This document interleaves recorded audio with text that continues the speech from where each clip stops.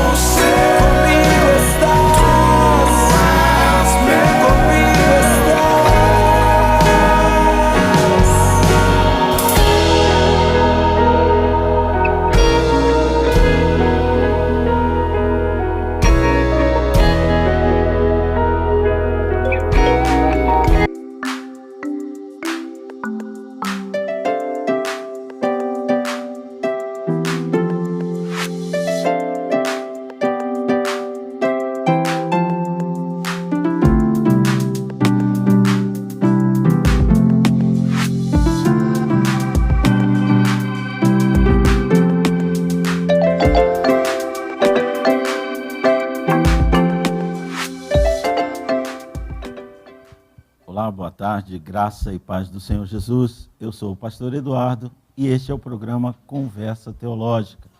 Nós estamos falando diretamente da Capela Irma Estevanato, que fica na Igreja Brasil para Cristo no Mandaqui, a casa de oração para todos os povos, como nós somos conhecidos.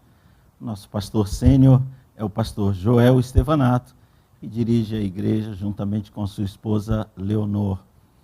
Nós temos o nosso programa Conversa Teológica para fazer abordagem de diversos assuntos, variados assuntos dentro da área da teologia, tanto na parte doutrinária como na área de aconselhamentos, curiosidades específicas. E nós trabalhamos também,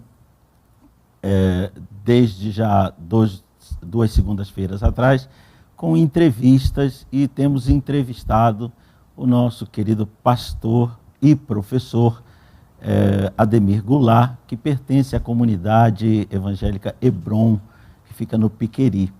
E ele, graciosamente, tem nos cedido o seu tempo para nos esclarecer sobre uma das áreas em que ele é especialista, que é a profecia escatológica, e com um gostinho especial pelo livro de Daniel.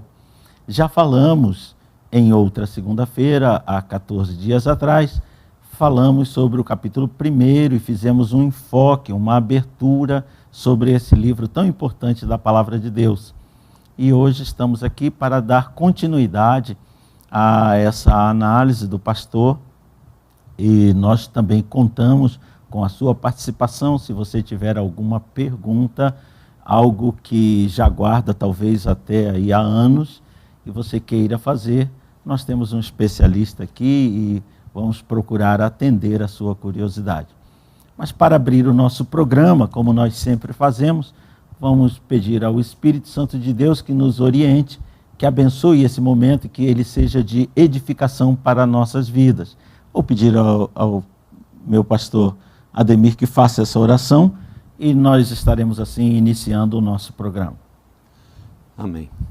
Senhor Deus querido, Pai, Criador de tudo que há, Sim, doador da vida, sim, meu Deus. Toda honra e toda glória seja Aleluia, sempre, Deus. Senhor, Aleluia. dada a Ti. Aleluia. Senhor, neste momento eu quero pedir que o Senhor nos abençoe para Amém. que possamos fazer um trabalho aqui, que seja para a edificação dos nossos irmãos Amém. em Cristo, Amém, meu e que seja também, Senhor, para glorificar e honrar o Teu nome. Aleluia. Senhor, nos dê capacidade para argumentar. Também peço que o Senhor abra o entendimento dos nossos ouvintes, Amém, Senhor. para que eles tenham uma compreensão das coisas que ainda irão acontecer neste Amém, mundo, Deus. Pai. Nos abençoe, nos dê a tua orientação, em nome de Jesus e para a tua glória. Amém, Amém. Jesus. Amém. Amém. Eu, antes de iniciarmos já a nossa conversação, peço licença ao pastor Ademir, aos irmãos que estão conosco, que estão fazendo esse programa conosco, para uma lembrança. Ontem, pastor Ademir, estivemos ministrando lá na Igreja O Brasil para Cristo, no Tanque, em Atibaia, igreja que é dirigida pelo pastor Nils e sua esposa Carla. E foi uma recepção muito calorosa, um povo muito caloroso, muito acolhedor. Ministramos ali a palavra do Senhor sobre o tempo, né? Apresentamos o nosso livro também. E depois da ministração, nós fomos conduzidos à residência do irmão Rodrigo, com a sua esposa Érica, e também estavam lá os seus familiares, o irmão Manuel e a irmã Creuza, com as crianças, os seus filhos. E ali, quando cheguei, deparo com um churrasco indo para a churrasqueira, uma carne indo para a churrasqueira. E foram momentos maravilhosos, né? E eu pedindo a Deus misericórdia para não deixar a gula entrar no meu coração. Mas foi glorioso.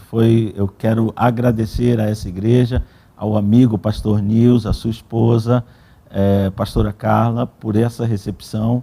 Que Deus continue abençoando grandemente o seu ministério. Estaremos postando na nossa página algo a respeito disso. Mas, pastor Ademir, aqui estamos com o livro de Daniel. O que é que nós temos para hoje, pastor Ademir, para falar? Qual é o encaminhamento que o senhor deseja fazer dentro desse livro? Primeiramente, eu gostaria de dar um panorama geral do livro, para que as pessoas pudessem sintonizar onde nós estamos e do que estamos falando, né? Amém. Porque eu acho que isso daí é muito importante para a compreensão do livro de Daniel. O panorama geral do livro de Daniel. É esse que nós temos na tela aí, irmãos. Esse é o panorama geral, ou seja, o local onde se passou o fato, na Babilônia, a cidade maravilhosa do mundo antigo, com o famoso jardim suspenso e um maior ídolo de ouro, de 22 toneladas e meia de ouro. Era uma estátua enorme, ela tinha quase 30 metros de altura por quase 3 metros de largura. Então, é uma estátua realmente gigantesca, né? E a ocasião em que foi escrito o livro foi durante o cativeiro na Babilônia. Daniel, ele foi para a Babilônia, foi levado na primeira deportação, de sete deportações, ele foi levado na primeira, e nessa primeira deportação, ele tinha apenas, alguns autores, estudiosos, dizem que ele tinha apenas 17 anos.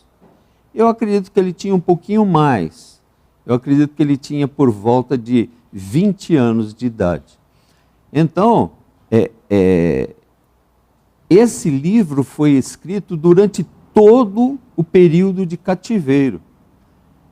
Quando foi escrito, provavelmente Daniel estava próximo de 90 anos de idade, né? Do capítulo 1, primeiro, o escritor. O escritor não é revelado, embora o próprio Daniel fala a respeito dele mesmo, né? Então, mas o autor em si mesmo, olha, livro escrito por Daniel, não é mencionado, né? Supõe-se ser Daniel, que significa Deus é o meu juiz. Pastor, desculpa, não querendo interrompê-lo e já interrompendo. Eu penso que pende para Daniel o fato de que, se não me engano, pastor, não sei se o pastor confirma isso, que 6 capítulos são escritos na terceira pessoa, né? Ele, Daniel. Mas 6 são escritos na primeira pessoa, eu, Daniel. Isso não seria um indicativo de autoria? Poderia ser considerado? Poderia ser considerado. Aliás, eu considero o livro escrito por Daniel, mas os estudiosos não afirmam com certeza, porque ele dizer, eu, Daniel, falei e tal, alguém pode estar escrevendo por ele, em nome dele, vamos dizer assim, né? Mas não necessariamente que seja o Daniel, o profeta Daniel, escrevendo, né? Então, alguns autores compreendem desta forma. Outros autores entendem até que o livro foi escrito muito tempo após, 200 anos após, né, o falecimento de Daniel verdadeiramente. Então, existe muita especulação, vamos dizer assim, a respeito, né? Agora, do capítulo 1 ao 6, como o pastor falou, são os eventos históricos, né? Do 7 ao 12 são as visões proféticas, apocalípticas, né? Do livro de Daniel. Então nós temos aí uma divisão de 6 capítulos e mais 6. Do capítulo 1 ao 6, eventos históricos. Nós já falamos bastante no capítulo 1, no capítulo 1, quando nós fizemos o primeiro programa a respeito, nós falamos bastante a respeito. E hoje nós vamos falar mais do capítulo 2, que é um capítulo escatológico, embora esteja entre os históricos. Os capítulos históricos. Entre os capítulos históricos, mas ele é um capítulo escatológico e nós vamos estar comentando a respeito dele hoje, né? A grande estátua do sonho de Nabucodonosor e a interpretação que é dada nesse capítulo, né? Nós vamos falar a respeito disso. Aí nós temos o panorama todo, que é capítulo 1, capítulo 2 fala de um sonho, capítulo 3 e 4 também fala de um sonho, né? Capítulo 5 e 6 é a escrita na parede e Daniel na cova dos leões. Capítulo 6, Daniel na cova dos leões. O capítulo 7 é um dos capítulos mais importantes, né? Porque junto com o capítulo 2, eles formam um conjunto só. Eles tratam do mesmo assunto. Só que o capítulo 2, trata sobre a ótica do homem natural. Enquanto que o capítulo 7 vê sobre a ótica de Deus. Como Deus enxerga o homem, como Deus enxerga o mundo, os reinados, vamos falar assim, os impérios. Como é que Deus enxerga? Deus não enxerga como enxerga o homem. Mas é interessante fazer o comparativo, porque quando comparamos, nós vamos entender os detalhes, né, a respeito. Aí vem então o capítulo 8, que também interage com o capítulo 7 e o capítulo 2. O capítulo 8 é o carneiro e o bode. E desculpe, ele seria uma explanação, um detalhamento do capítulo 7. Exatamente, pastor. Ele ele traz algumas características para que a gente compreenda melhor, né? A respeito do carneiro e do bode. O carneiro com 2 chifres e o bode com 1 chifre só, né? E depois nós vamos comentar a respeito quando chegar a ocasião correta. As 70 semanas de Daniel, no capítulo 9, né? Que Jeremias, ele profetizou a respeito e Daniel estava meditando na profecia de Jeremias, que era seu contemporâneo, né? Eles tiveram viveram na mesma ocasião, na mesma época. Com uma diferença de idades, né? Jeremias bem antes, mais idoso, e Daniel ainda um moço, mas da mesma geração. Mas da mesma geração. Então, Jeremias, ele nasceu no ano 650, se eu não estou equivocado, no ano 650, enquanto que Daniel, ele foi levado em cativeiro no ano 605. Se ele tinha 20 anos como pastor, né, entende? Então ele é do ano 625. Exatamente. Jeremias tinha qualquer coisa como 20 a 25 anos a mais que ele. Exatamente. Então aí, ele meditando em Jeremias 25, ele começa a buscar Deus para saber qual era o significado daquilo ali, né? E Deus realmente dá a revelação. No capítulo 10, 11 e 12, esses 3 últimos capítulos, vão tratar do mesmo assunto. O capítulo 11 é o capítulo mais difícil do livro de Daniel. É o capítulo mais complicado de se entender, né? Ali no capítulo 11 fala sobre os reis do norte e os reis do sul. Quando chegar a ocasião, nós vamos falar a respeito. E o capítulo 10 é o anjo Gabriel, né? E a oposição do príncipe da Pérsia, Daniel e Cristo. Uma comparação, um comparativo com relação a isso. O que nós podemos entender é que capítulo 10 de Daniel é uma introdução ao corpo, que é o 11. O capítulo 11, desses 3 últimos capítulos, sim, ele é o corpo, ele é o principal, ele é o assunto a ser tratado. Enquanto que o 10 faz a introdução a isso, o 12 é a conclusão. Faz o fechamento. Então nós teríamos o capítulo 9, um super resumo, uma essência da profecia. Exato. Ali no 9 de 24 a 27. Sim. E o capítulo 11 vai ser um detalhamento. Exatamente. Com o capítulo 10 como introdução do detalhamento e o capítulo 12 como fecho do detalhamento. Exatamente. Então um livro todo encaixado. Tudo encaixadinho, tudo certinho. Amarrado, nada no ar. Esses 3 últimos capítulos, eles foram escritos no mesmo ano. Sim. Enquanto que o capítulo 9, ele já foi escrito muito antes. Bem antes. Então, na entrevista passada, nós falamos sobre a cronologia, né? A cronologia bíblica e a cronologia real, natural, né? Na época. Nós falamos sobre isso e nós precisamos entender que o livro foi escrito durante 70 anos. Então, apesar do livro ser pequeno, ser curto, com 12 capítulos só, ele tem um espaço de tempo entre um escrito e outro. Ele não foi escrito junto. O senhor diria que há 2 possibilidades?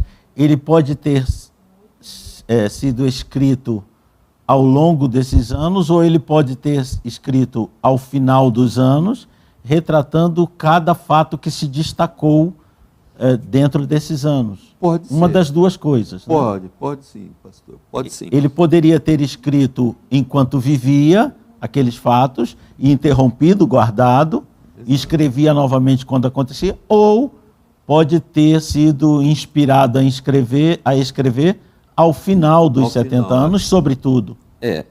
Acredita-se, porque como os detalhes são bem minuciosos, então acredita-se que ele tenha escrito na época, mas ele pode ter escrito, como o pastor falou, ele pode ter escrito na época e guardado. E ter editado ao final, feito uma edição. Exatamente. Do trabalho. Pode ser. Mas, pastor, é isso que me prende à questão da autoria, porque, veja, o pastor, incidentalmente, citou os detalhes. Uhum. Não é possível a quem vive outra realidade ou a quem vive em outra época se aperceber dos detalhes. Ele se apercebe do geral, como quem está enxergando de longe, ele enxerga um todo, mas ele não consegue discernir detalhamento. Isso me prende à autoria de Daniel, porque há palavras, as construções gramaticais pertencem a um período do século V. Como alguém no século II, por exemplo, no período dos romanos, saberia quais os termos adequados ao século V? E como essa pessoa saberia tanto detalhamento da vida de quem viveu no século V se ele está no século II? Eu entendo. Então isso, para mim, é um reforço muito grande de que estamos tratando com o autor da obra. Eu penso assim, não sei como o pastor pensa sobre isso. Eu também penso que Daniel foi o autor da obra realmente, né? Mas nós também não podemos nos esquecer que nós estamos falando de um homem com uma inteligência, uma sabedoria que nos causa muita impressão, muita, sabe, impacto. Ele ser reconhecido como o homem mais sábio do que até o próprio Salomão, é algo que impressiona. Como o senhor tratou. Então, e eu concordei plenamente. Então, como nós estamos falando de um homem assim superdotado, os seus amigos já eram dotados, aqueles 3 amigos, né? Ananias, Azarias e Misael, os 3 eram sábios, eles estavam entre os sábios. Agora, Daniel, além de toda a sabedoria que ele tinha, semelhante aos seus amigos, ele tinha algo especial dado por Deus. Então, para um homem desse, nós não podemos subestimar a memória dele. Sim, de né? jeito algum. Não podemos subestimar a memória dele e também ele tinha que dar conta do seu governo, porque ele estava governando.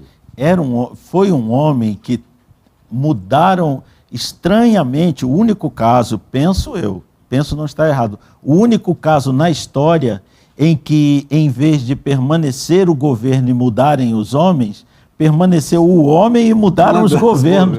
Verdade. Só Deus para fazer isso. Impressionante, né? Os babilônios e depois os persas. Os persas, e cada rei que chegava dizia, troca todo mundo, menos esse aqui. Fica esse aqui. Verdade. Bênção de Deus, né? Privilégio de Deus. Pastor. Realmente impressionante. É um grande servo de Deus, eu tenho uma admiração na vida de Daniel. Mesmo antes de me especializar em escatologia, eu sempre admirei Daniel pela sua postura, por suas orações. Ele era um homem fervoroso, de muita oração. Então eu sempre me espelhei nele, claro, separada as devidas proporções, né? Porque Daniel, para mim, foi um profeta muito interessante, muito interessante. Então, pastor, sobre esse posicionamento, nós estamos no capítulo 2, durante a história. Do capítulo 1 para o capítulo 2, não passou tanto tempo assim, né? Eles colocam como tendo passado 3 a 4 anos apenas, né? E Daniel já escreveu ali. Isso está nos próprios capítulos, né? Por causa da citação do tempo de governo de Nabucodonosor, o tempo que eles tinham para estar na condição de aprendizes. Exatamente. Nós podemos calcular que foram poucos anos. Dá né? para calcular. 3 anos, 4 anos.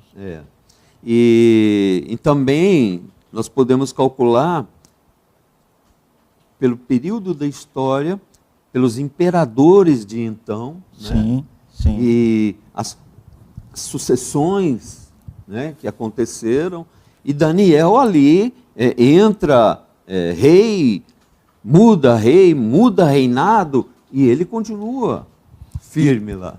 E uma coisa, mesmo os reis que o jogaram no esquecimento, no ostracismo, Deus foi lá e criou um fato novo, por exemplo, no caso de Belsazzar, que obrigou Belsazzar, por ficar sem resposta, a consultar. E agora como eu resolvo isso? E aparece a rainha mãe para dizer, há um homem que vocês jogaram no esquecimento, mas ele, desde a época de teu pai Nabucodonosor, que quem resolvia mistério aqui era ele. Então manda chamar esse homem, volta ele de novo para a posição dele. E volta de maneira maravilhosa, de maneira transcendental, né? Sim, é extraordinário. Algo que impacta até hoje, quando nós lemos, né, sobre Daniel, sobre as conversas com anjos, né? Eu conheço... Desculpa, eu tratei de pôr o nome no meu primeiro filho de Gabriel e no segundo de Daniel. Olha! Só por via das dúvidas, para eles conversarem bem, para a conversa entre eles ser boa, Que maravilha! um chama Gabriel e outro chama Daniel. Que bênção. Aí, lá em Fechou casa, a conta. com eles dois não tem problema. Que maravilha! Mas sim, então, o capítulo 2, o que nós temos aí? O que esse rei ímpio, violento, idólatra, tem a ver com a história de Deus no mundo? Interessante, pastor, que Nabucodonosor é chamado pelo próprio Senhor, por Deus, de meu servo. Isso é muito interessante. Como pode um homem ímpio, idólatra, né, que depois inclusive se tornou um animal, praticamente? Sim. Ele já era um animal em ações, porque quando os caldeus não interpretam, não dizem o sonho dele, não o interpretam, ele diz, se vocês não interpretarem, eu vou matar vocês e eu vou transformar os parentes de vocês e as casas de vocês num lixão. Eu vou tacar fogo em todo mundo. Então era um homem que era melhor você não deixá-lo nervoso. Era verdade. Como é que Deus vai pegar um homem desse para servo? Então, Deus domina o mundo mesmo, amplamente. Os bons e os maus estão na mão dele. Por 3 vezes é dito que... Eu perdi o assunto. Meu servo. Por 3 vezes. Então, eu acho interessante, pastor, porque Deus, tudo está nas mãos de Deus, né? Eu não sou predestinista, não. Também Eu não creio dessa forma e não consigo entender essa forma de pensar. Até consigo entender observando a história. Mas eu não vou entrar nesse assunto. No direcionamento, nós discordamos, penso eu, do direcionamento que a doutrina dá. Que a doutrina dá, exatamente. Não que eu não estou negando soberania a Deus, eu estou negando o entendimento dessa soberania. Na realidade, pastor, se nós formos observar cuidadosamente, nós vamos ver o seguinte, quando Martinho Lutero, nós comentamos a respeito, quando Martinho Lutero resolveu que a igreja estava completamente equivocada, errada em suas indulgências, na venda de perdão, de pecado e toda essa coisa, Martinho Lutero falou, não concordo com isso, não posso concordar, não posso aceitar isso. O diabo, Satanás, o adversário, ele vendo essa situação, ele viu que estava começando a sair da mão dele. Estava começando a sair da mão dele, então ele falou, e agora o que eu faço? Eu tenho que dar um jeito. Ele levantou um homem que foi buscar lá em Agostinho, o que Agostinho havia feito, né, com o pelagianismo, e esse homem foi lá e trouxe aquela doutrina de Agostinho para os dias atuais. Ou seja, tirou de um extremo para pôr em outro extremo e não permitir que o meio prevalecesse. Exatamente.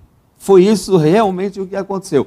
Mas, graças a Deus, muitos homens de Deus, muitos servos de Deus, sinceros, honestos, prevaleceram. E ainda a igreja continuou por um bom tempo. Eu diria que a igreja tradicional não se deixou convencer. Não, ela efetuou uma reforma, sim, mas não reformou totalmente. Né? É como se o camarada pegasse um carro todo amassado e só trocasse um paralama. Né? Ela não passou para o extremo oposto. Não, ela não passou. Ela quis manter uma certa tradição daquilo que vinha sendo anunciado anteriormente. E isso, infelizmente, fez com que até com violência fosse imposto o pré-determinismo, o calvinismo. Foi uma troca de violências, né? O próprio Calvino, ele, quando está em Genebra planejando um ataque às hostes católicas, os católicos o surpreendem num ataque e ele acaba sendo morto. Então a religião foi decidida desta maneira. Eu vou atacar, mas alguém me atacou primeiro e me matou. Então era uma disputa realmente pela violência. Mas de onde veio essa violência? Veio lá de Agostinho de Hipona. Dos dois extremos. Porque ele queria impor a força. E ele realmente escreveu a respeito disso. Sim. Então o Calvino, quando leu isto, ele falou, tem que ser na força. Porque ele acreditava no que ele estava falando. Porque quando não há possibilidade de vencer a razão e a lógica, o único argumento é a força. É a força. Se eu não posso convencer o senhor pela razão e pela lógica, ou eu me deixo convencer, ou eu elimino o senhor. Ou elimina. É isso que o homem pensa. Ou chama lá. Estão aí todos os sistemas políticos que pensam assim. Mas retornando, Deus controla tudo isso. Esse equilíbrio de forças está na mão de Deus. Nabucodonosor, então, ele não venceu simplesmente por seu poderio humano, mas houve uma permissão de Deus para castigar seu povo, e Nabucodonosor passa como instrumento dessa decisão divina. Ele foi um instrumento, por isso que ele fala, né? O meu servo Nabucodonosor, Deus falando. Sim. Né? Então, se Deus está falando, é porque, de alguma forma, de alguma maneira, Nabucodonosor, mesmo sendo um homem violento, ele foi usado por Deus. Ou seja, a rebeldia de Judá, a rebeldia de Judá e Benjamim, né? Porque eram duas tribos, e a rebeldia desse povo fez com que Deus atuasse em Nabucodonosor. O que vai ser o cerne do livro de Abacuque. Abacuque não se conforma com isso. Senhor, se o Senhor quer ensinar a gente, mas o Senhor chamou os caldeus, mas eles são bem piores. Como é que o Senhor... Então o Senhor vem e o convence. São eles porque eu quero que seja, eu sou o Senhor, eu determinei assim, e haverá um tempo contado para eles também. E aí entra o capítulo 9, que também foi determinado para Daniel, para o povo e a cidade de Daniel. Né? Então, para que Israel voltasse ao prumo de Deus. Então, pastor, só para voltar no capítulo 2... Sim, nós vamos retornar. Nós podemos dar um intervalo e voltar já no capítulo 2? Claro. Então, meus queridos, se vocês têm alguma pergunta a respeito da soberania de Deus, do controle de Deus sobre os bons e os maus, do livro de Daniel, qual é o seu posicionamento, argumente conosco. Envie sua argumentação, sua pergunta, e daqui a pouquinho nós vamos voltar e vamos entrar agora direto, vamos colocar o dedo lá no capítulo 2 e vamos trazer alguma coisa interessante dali para a nossa edificação. Então até daqui a pouquinho, a gente já volta. Vem depressa, nosso amado, venha com a tua glória, tua noiva te espera. Um romance, um doce encontro, um amor incomparável, tua noiva te ama.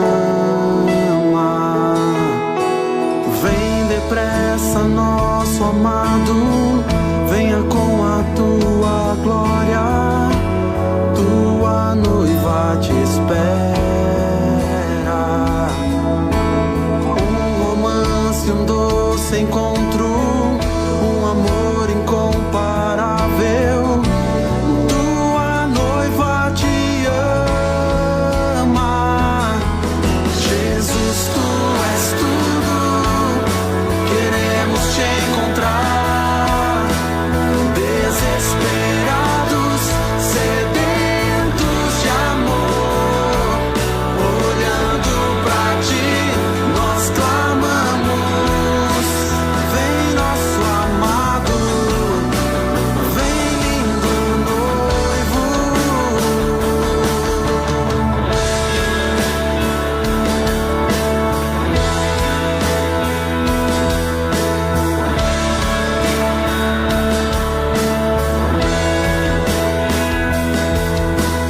Vem depressa, nosso amado, venha com a tua glória.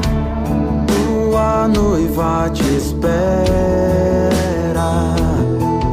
Um romance, um doce encontro, um amor incomparável. Tua noiva te ama. Jesus, tu és tudo. Queremos te encontrar. Desesperados, sedentos de amor, olhando pra ti, nós clamamos. Vem nosso amado, vem lindo noivo. Jesus, tu és tudo. Queremos te encontrar. Desesperados, sedentos de amor, olhando pra ti, nós clamamos. Vem nosso amado, vem lindo noivo.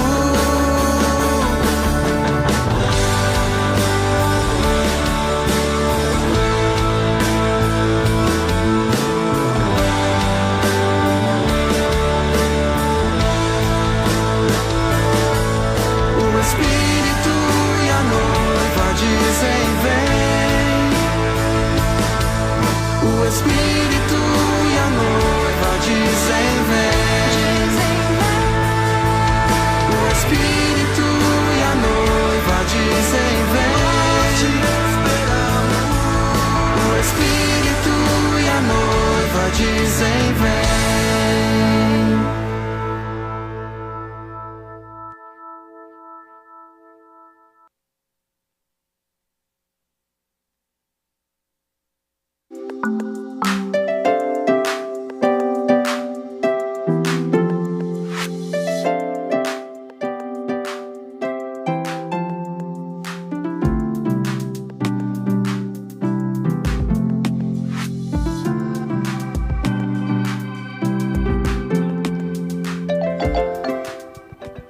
Olá, estamos de volta com a nossa conversa teológica, nosso programa das segundas-feiras às 15 horas.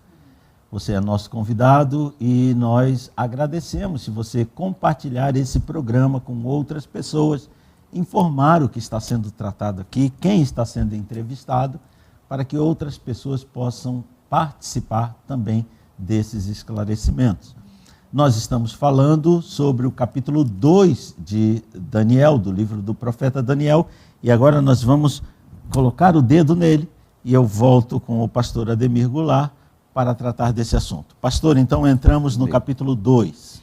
Então, entramos no capítulo 2. Interessante, pastor, é que no capítulo 2, a partir do versículo 4, é escrito em aramaico.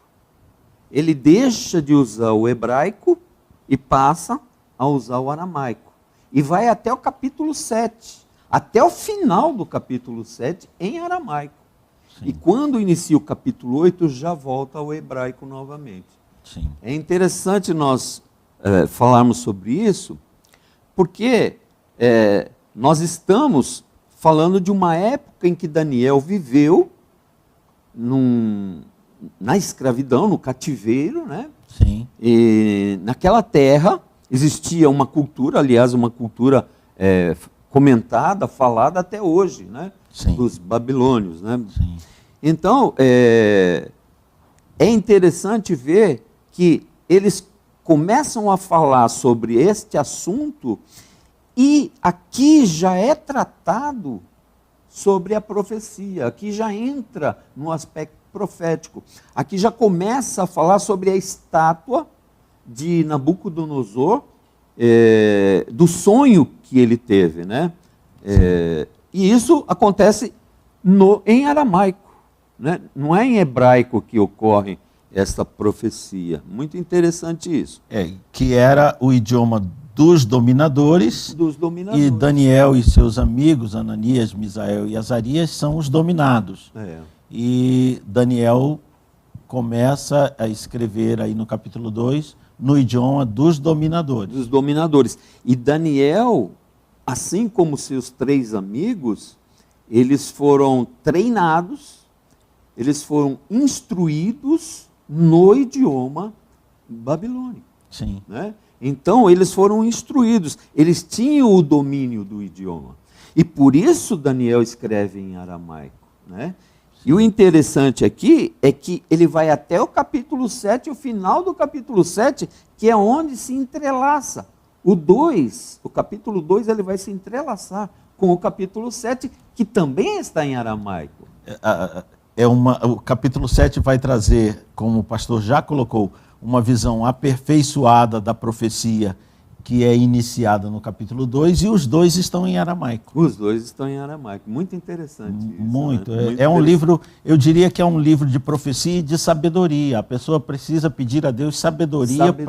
para ler esse livro. Sabedoria. Quando Salomão pediu a Deus, me peça o que você quiser.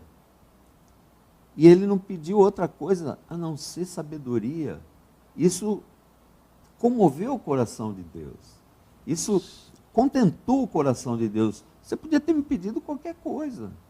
Você me pediu sabedoria. Então, vou te dar além disso. Vou te dar além da sabedoria. Para Salomão, né? Agora, no caso de Daniel, ele era um homem que orava muito, ele era um homem que tinha muita comunhão com Deus. Então, eu costumo dizer o seguinte, Daniel, ele vivia num patamar diferente do patamar normal das pessoas. Já para aquela época. Já naquela época. O senhor imagine para hoje. Imagina, né? Meu Deus. Por isso até, pastor... Pastor, peça uma pessoa para orar 15 minutos, pastor. Misericórdia. Meu Deus. Meu Deus. Bom, vamos deixar para lá esse assunto. Vamos voltar para Daniel. Esse assunto aí vai longe. Vai entristecer o coração da gente. Se entrarmos aí, vai longe. Então, a partir do verso 4, nós temos essa troca de idioma e começa essa narrativa que tem um pouco de estranheza, né? Há alguma dúvida? O rei sabia o que tinha sonhado ou não sabia? Então, meu modo de ver, eu acredito que ele não sabia. Existem pessoas que discordam, é claro. Sim. Mas, no meu modo de entender, ele realmente não sabia o que tinha sonhado. Ele esqueceu. Ele esqueceu. Por isso, ele fala o assunto me tem escapado, no versículo 5. Ele fala, ele respondeu aos caldeus, o assunto me tem escapado. Eles queriam me dar o sonho, que eu te dou a interpretação. Mas ele falou, o assunto tem me escapado. E não só essa vez. Ele fala também no versículo 8, o assunto me tem escapado. E ele reforça dizendo, vocês estão ganhando tempo porque vocês estão percebendo que o sonho me escapou. É um reforço. Vocês querem ganhar tempo. Eu penso que as pessoas que traduzem de que ele sabia o que tinha sonhado e estava fazendo um teste, elas entenderam mal, porque essa posição era a posição dos caldeus. Eles estavam com essa ideia. Mas nós, leitores, não. As escrituras não nos deixam enganada. Ele não lembrava. Ele não lembrava. Simplesmente não lembrava. Ele não tinha muitas vezes acontece conosco. Sim. Nós dormimos, sonhamos algo que, puxa, que sonho E a gente- maravilhoso, eu queria lembrar. A gente quer dizer para a esposa de É. manhã, eu sonhei com um negócio essa noite, eu não sei o que era, mas eu fiquei muito alegre. Mas não sei. E a esposa, conta o que foi? Conta. Não sei. Não sei. Eu sei que foi muito maravilhoso, mas eu não sei o Mas que, não que sei é. o que é. Foi isso que aconteceu com Nabucodonosor. Ele não sabia o que ele tinha sonhado, mas ele sabia de uma coisa, que o que ele tinha sonhado era importante, que era chave fundamental para ele. Aquilo impressionou ele. Então ele queria realmente saber o que ele tinha sonhado. Marcou sua alma, A sua mas alma. não marcou sua razão. Exatamente. Na razão escapou, mas no instinto ficou. Ficou. Porque é interessante, né, nós pensarmos sobre a alma. Isso é um assunto que eu gostaria de um dia Meu Deus. falar com o pastor, porque eu acho demais. Por favor, fique à vontade nessa casa aqui. Falar sobre alma me impressiona, eu fico muito sensibilizado, eu quero entrar na profundidade É um assunto das coisas muito de Deus. difícil, muito complexo. Muito complexo. Né? E aí nós precisaríamos entrar um pouquinho coisa em Aristóteles, falar um pouquinho sobre Sim. ele e tal, né? Para que a gente pudesse ver se há razão, se não há razão. Fazer uma abordagem mais profunda.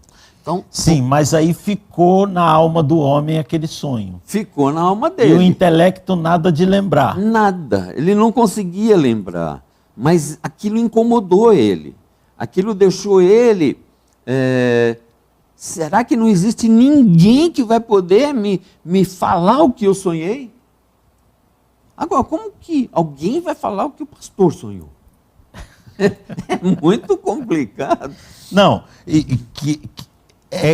é impossível eles saberem o que eu sonhei. Agora, eu transformar isso numa sentença de morte me torna um homem animalesco. Porque Animalesco. não é coerente. Então, se é tão importante, Se você não me disser o que eu sonhei, eu vou te matar. Como assim? é estranho, E né? a resposta deles, inclusive em desespero, é: rei, não há, nem nunca houve na história um rei que pedisse semelhante coisa. O que o rei está pedindo ao domínio dos deuses. Olha o desespero Olha. deles, porque aquele rei, eles sabiam que aquele rei, quando dizia que ia matar, Ele matava. ele matava mesmo. Ele matava mesmo. Verdade. Então, Nabucodonosor, ele era um homem que ele tinha o poder, ele sabia o poder que tinha. Eu até imagino ele, pastor. Não vou falar isso, não. cuidado com as palavras. É isso que eu pesei agora. Se você sabe o que o pastor pensou, decifra para nós, escreve aqui para o programa. Eu sei o que o pastor pensou. Mas sim, mas vamos... O pastor Walter, que está nos ouvindo, tenho certeza que o pastor Walter sabe do que eu estou... É o pastor do O senhor. meu pastor. Sim. É. Pastor Walter, um abraço ao senhor. E se o senhor está nos acompanhando, ficamos felizes com a sua presença aqui no nosso programa. Seja bem-vindo. Mas como é que a gente encaminha isso aí? Vamos lá, Por causa do nosso horário, Por causa para nós fecharmos sem deixar o pessoal com muita água na boca para a continuidade. Verdade. O que a gente pode fechar aí ainda nesses próximos minutos? Então, aqui ele tem um encontro com Gabriel, né? No 2. Não, Não, é no 2. É no 7, Ele tem um encontro com Gabriel lá no 7. Sim. É outra coisa. Vai ser a continuidade. Mas aqui, nesse capítulo aqui, é interessante que a partir do versículo 31, se o pastor me permitir, Sim, eu por vou favor. ler até o versículo 35. Do 1 Ok. ao 35. Eu vou pedir para a gente colocar. Nós poderíamos colocar o verso 31, Ângela, do capítulo 2 de Daniel, o verso 31, para o pastor ler. A linguagem é ACF. Vamos ver se nós podemos colocar na tela para que os irmãos acompanhem. Pode ler, pastor. Tu, ó rei, estavas vendo, e eis aqui uma grande estátua. Essa estátua, que era imensa, cujo esplendor era excelente, e estava em pé diante de ti, e a sua aparência era terrível. A cabeça daquela estátua era de ouro fino. O versículo... Verso 32, isso. A cabeça daquela estátua era de ouro fino, e o seu peito e os seus braços de prata, o seu ventre e as suas coxas de cobre, as pernas de ferro e seus pés em parte ferro e em parte barro. Estavas vendo isso quando uma pedra foi cortada, sem auxílio de mão, a qual feriu a estátua nos pés de ferro e de barro, e os esmiuçou. Então... 35. Sim, fechamos aí no 35. Então foi juntamente esmiuçado o ferro, o barro, o bronze, a prata e o ouro, os quais se fizeram como pragana das eiras do estio. E o vento os levou, e não se achou lugar algum para eles. Mas a pedra que feriu a estátua se tornou grande monte e encheu toda a terra. Então aqui, Daniel está revelando o sonho. Ele ainda não deu a interpretação, mas ele está revelando o sonho ao imperador. E Nabucodonosor, quando ele ouve isso aqui, ele deve ter ficado impactado. Como esse cara sabe que eu sou? Ele lembrou o sonho. Ele lembrou o sonho. Ele lembrou o sonho. E isso deve ter causado um impacto na alma dele, na mente dele, na memória dele, né? Eu posso mostrar o que Daniel viu, pastor, agora? Pode. Você deve estar imaginando que abajur é esse aqui em forma quadrada, e eu quero revelar um mistério para você. Eu não sou Daniel, eu me chamo Eduardo, mas eu vou revelar esse mistério para você agora. Olha, foi isso, não nessas proporções, que o rei Nabucodonosor, ele sonhou com a cabeça de ouro, o peitoral de prata, né? E depois vem bronze e ferro misturado com barro. Ferro e depois ferro misturado com barro. Foi isso aqui que o rei viu numa proporção gigantesca. Né? Olha, ficou bonito lá na Ficou tela. bonito lá. Ficou bem bonito. Sim, e aí, pastor? Então, aí, quando ele revela isso a Nabucodonosor, ele fica impactado. Porque, pastor, se alguém contasse um sonho que eu tive e não me lembrava mais, eu vou ficar impactado. Eu vou falar, como assim? Né? Os próprios magos, sábios da época, os caldeus, né? Eles mesmos não falaram para Nabucodonosor, não existe ninguém na face da terra que faça isso, que revela um negócio desse, só os deuses. Agora, ele, quando vê Daniel falar e se encaixa exatamente com aquilo que ele sonhou, isso deve ter criado no interior dele uma alegria. Sim. Eu vejo uma alegria. Transbordante. Transbordante. E uma admiração monstruosa por Daniel. Como esse homem era um garoto. Era um garoto. Ele era um garoto, ele era um escravo. Era. Todos os nobres do povo de Nabucodonosor tinham fracassado, e agora um garoto escravo diz a ele o que é que ele sonhou. Olha que impressionante. E depois vai dizer o que é que significa. O que significa? É que nós vamos entrar agora Sim. na segunda parte, que é do versículo 37, né? Só o versículo 37 mesmo. Só o versículo 37. E 38, perdão. 37 e 38. Podemos colocar? Está na tela, pastor. Tu, ó rei, és rei de reis a quem o Deus do céu tem dado o reino, o poder, a força e a glória. E onde quer que habitem os filhos dos homens, o filho de homens, na tua mão entregou os animais do campo, as aves do céu, e fez que reinasse sobre todos eles. Tu és a cabeça de ouro. Então, aí Nabucodonosor gostou bem mais. gostou bem mais. Então, pegando aqui a estátua, ele fala que tu és a cabeça de ouro. Ou seja, além de ser cabeça, é ouro. Olha a importância que o homem dá, né? E com esses adjetivos que Daniel coloca, o rei se encheu tanto que eu penso, pastor, assim, espero não estar adiantando coisa demais, mas a reação que ele tem com Daniel, o posicionamento em que ele coloca Daniel, e mais tarde, no capítulo seguinte, que é mais tarde, a estátua que ele vai fazer, demonstram que o impacto foi gigantesco na cabeça dele. Muito grande. Só que ele acabou esquecendo o resto do sonho. Sim, né? Ele quis que tudo fosse de ouro. Tudo fosse de ouro.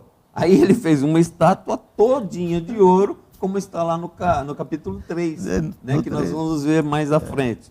Então, é interessante nós atentarmos para a cabeça de ouro, que é Nabucodonosor. Né? Depois, mais à frente, vem a explicação, continua. No 39 e vai até o 43. Né? Vai até o 43. E diz assim: e depois de ti se levantará outro reino inferior ao teu, e um terceiro reino de bronze, o qual dominará sobre toda a terra. E o quarto reino será forte como ferro, pois como o ferro esmiuça e quebra tudo, como o ferro que quebra todas as coisas, assim ele esmiuçará e fará em pedaços. Nós vamos até o 43, porque Sim. A gente já encerra por aqui.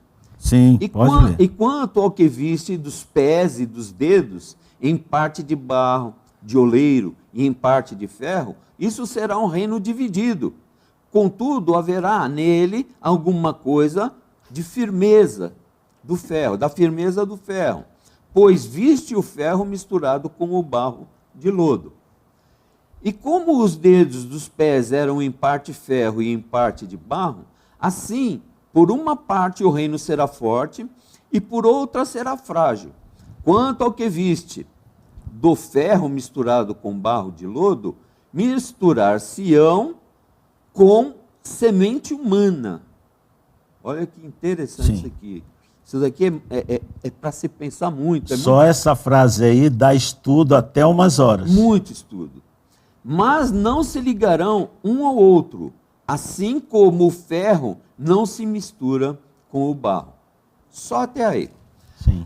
Agora, então, Daniel, ele descreve para Nabucodonosor a interpretação do sonho dele. Então, ele, com o sonho da estátua já revelado a ele, então ele começa a falar, né? A cabeça de ouro é o seu reino, é o seu império,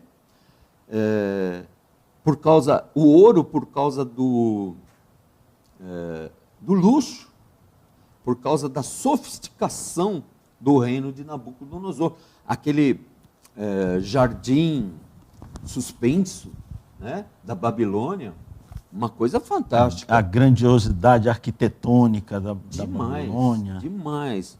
Canal que cortava. Uma cidade que era cortada pelo rio, que veio a ser trágico no seu destino, segundo se entende, mas uma preciosidade, era ouro mesmo. Era ouro, era a cultura. A cultura desse povo foi uma cultura que até hoje ainda se fala e se comenta sobre a cultura daquele povo, né? Então, eram pessoas letradas, eram pessoas com muita cultura, eram pessoas que queriam entender o significado das coisas. Então Daniel entrou num esquema certinho.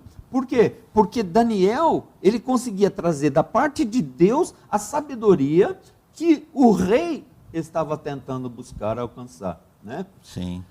Aí depois do sonho ele explica o peito e os braços de prata. Então você vê que a estátua ela tem 2 braços. Então isso aqui significa o Império Medo-Persa. Eu costumo falar Medo-Persa, né? Mas tem gente que fala Medo-Persa. Eu, para não confundir com medo, eu prefiro falar Medo. Eu sempre falei medo. Eu também sempre falei. Eu não falei... tenho medo de falar medo. Medo. Mas hoje muitos escatólogos, né? Eles preferem usar o medo. Né? Mas, assim, numa questão linguística, eu não vejo coerência.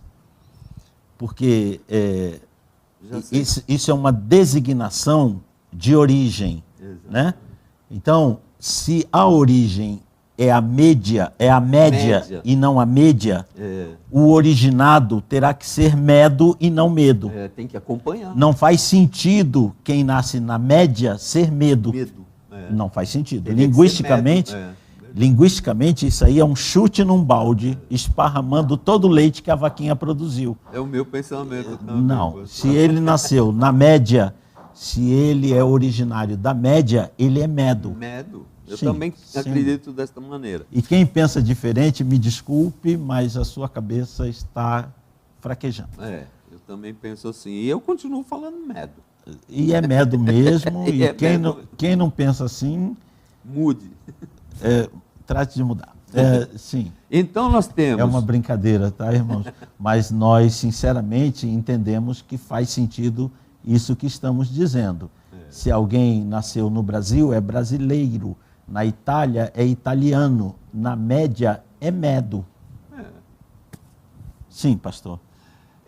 Então, ele fala sobre o peito, né, de prata e os 2 braços. Os 2 braços simbolizam exatamente o reino Medo-Persa, que o mais forte, todas as pessoas têm um braço mais forte, normalmente é o direito, né? Então, o braço mais forte é o braço persa. E o braço um pouco mais fraco é o braço medo, né?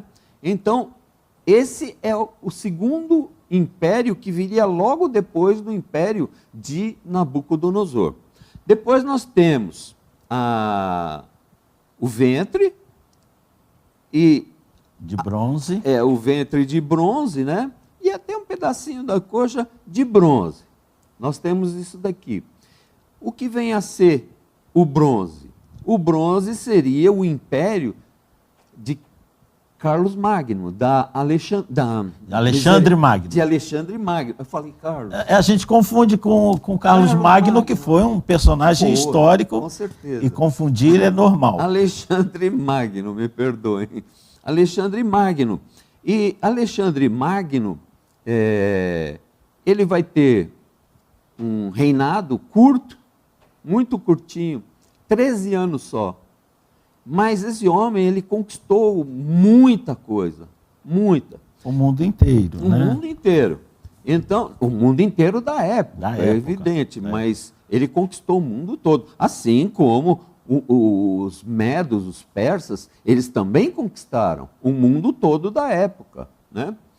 E Daniel estava no império do Cabeça de Ouro, que é o Império Babilônico, mas ele passa para o Império Medo-Persa e passa depois para o Império de Alexandre o Grande, né? E nós vamos ver aqui alguns detalhes mais para frente.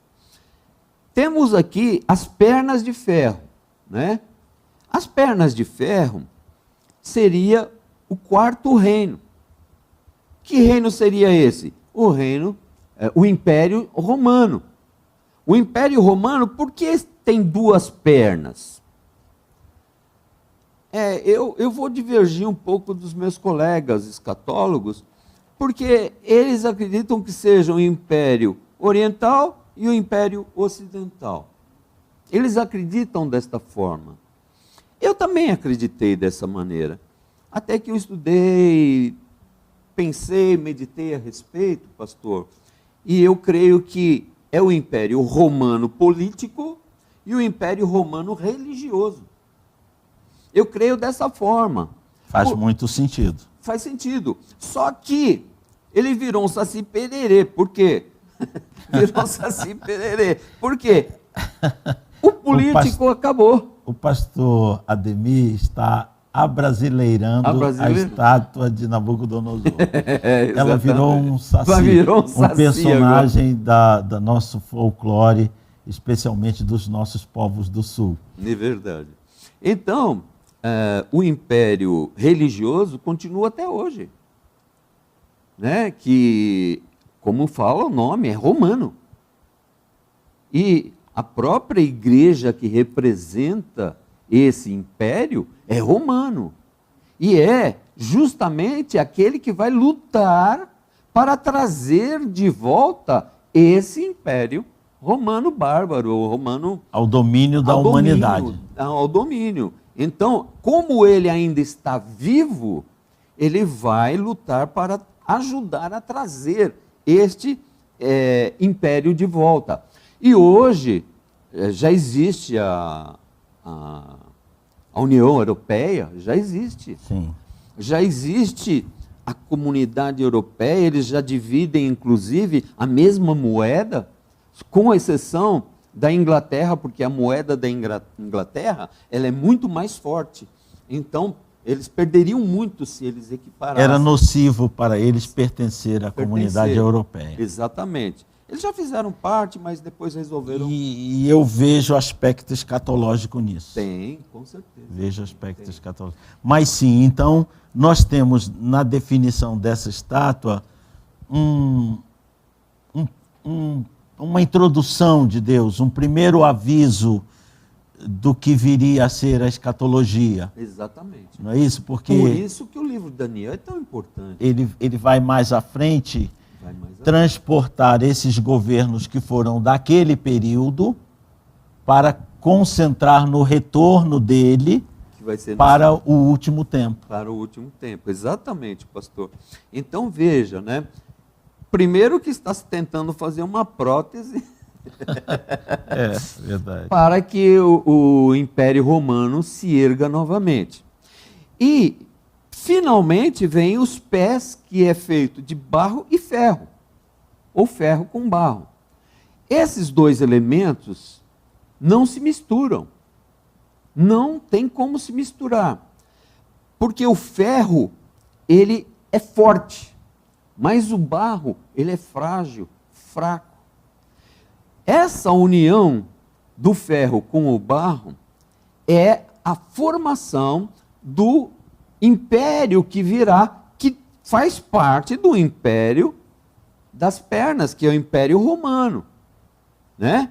Então, o pé, ele não será todo de ferro, mas como não há possibilidade de formar os dois pés totalmente de ferro, eles não conseguem isso, então eles vão se unir. Haverá um preenchimento. Haverá um preenchimento. Eles vão se unir, na minha humilde opinião, pastor, eles vão se unir com os muçulmanos, que vai ser a parte... O senhor enxerga a possibilidade de esse ecumenismo que o Giórgio, o Papa atual, está fazendo? Bergoglio. O que eu falei? Eu acho que eu falei errado, Giórgio, não é? Bergoglio. Papa argentino, Bergoglio. Ele está promovendo um ecumenismo, aí até um ecumenismo, vamos dizer, franco. Ele está fazendo um ecumenismo sem exigências. Venha como está, vamos nos unir como dá, nós temos que adorar junto, até porque quem não adorar a Deus deve adorar algum Deus em comum que não é o nosso. Exatamente. Então ele está promovendo esse ecumenismo. O pastor vê nessa promoção dele um aspecto que pode ser escatológico da estátua. Essa união seria agregar o mundo muçulmano ao Império Romano religioso. Exatamente. E de que forma isso vai ocorrer? Veja que na França hoje, os muçulmanos já dominam a França. Sim. E vão dominar toda a Europa. Eles não têm o que fazer, pastor. É uma matemática simples e já não há mais o que fazer quanto a isso, porque a sobrevivência de uma determinada raça, eles têm, em média, 1,2 ou 1,3. O árabe que mora lá, a maioria islamita, tem 8 filhos. Então, 8 é impossível seguir isso. Eles vão dominar. Realmente. É impossível. Já dominam. Humilde opinião também, não demorará. Bom, eles não terão outra opinião. Só que não vai se misturar. Eles não se misturarão. Não são incompatíveis. Os preceitos da fé são incompatíveis. Isso. Não tem como. Um não permite ir juntos para a igreja, para o cinema, casada com um homem que quer passar na rua. Onde é que vai dar casamento nisso? Por isso, um fundamentalista com um liberal. Naquele versículo fala semente humana. Sim. Por isso, Sim. Naquele versículo, semente humana. Uma possibilidade, perdão, a Ângela, o pastor, mas nós estamos bem avançados com o horário. Tenho certeza que você nos acompanhou até agora e que ficou interessado em onde vai dar essa história. Nós, no princípio, teremos o pastor Goulart dentro de 14 dias, daqui a 2 semanas, na próxima Espírito Santo, analisando o poder do Espírito sobre a ira, como dominar a ira. Na semana voltaremos para acabar com as suas do programa. A nossa querida Iria Pisani é conhecida do pastor? Conhecida. Sim, é de Roraima, 40 centímetros. Estátua de Nabucodonosor. 28 centímetros. 28 centímetros. 30 centímetros. Você, com certeza, vão aparecer dezenas de propostas de comércio dessas estátuas e vai abençoar, mas nós agradecemos muito. Amém.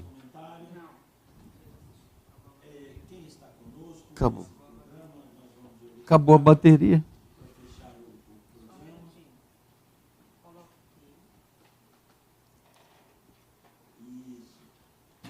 Nós temos só um minuto para trocar. O meu microfone está funcionando? O meu está.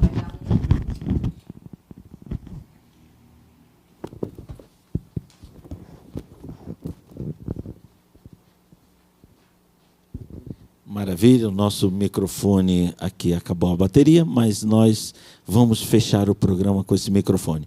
Estão conosco a Helena Conceição, minha esposa, e aquela que me ajuda em toda a área teológica, o irmão Vicente Antunes, muito obrigado pela sua presença, o Pedro Renan Goulart, filho do pastor, né?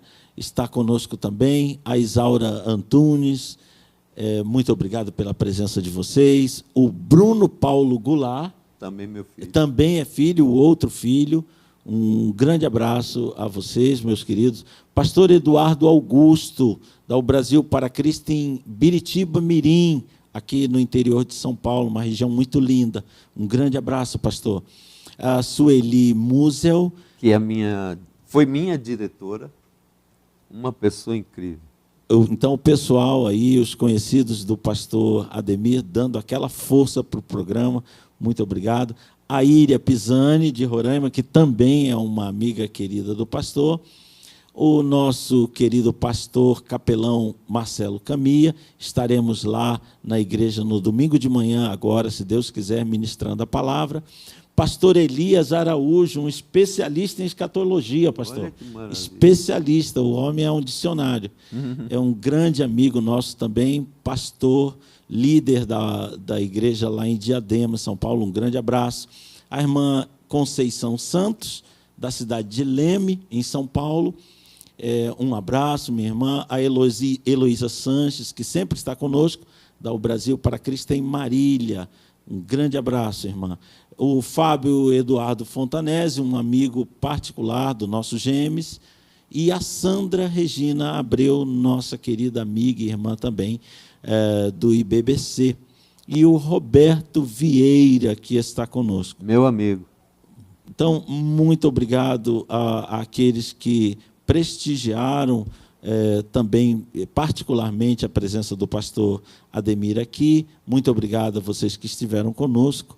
Um grande abraço a vocês. E, se Deus quiser, dentro de 2 semanas, estaremos de volta com o nosso convidado, falando mais sobre o livro de Daniel. Pastor, suas considerações finais? Eu creio que o melhor que nós podemos extrair do livro de Daniel é no aspecto espiritual. Apesar de nos encaminhar para coisas futuras, Sim. Mas muitas destas coisas futuras talvez nós não vivamos. Sim. Então, o ideal é, em termos pessoais, ter uma vida que chega mais perto de Deus, uma vida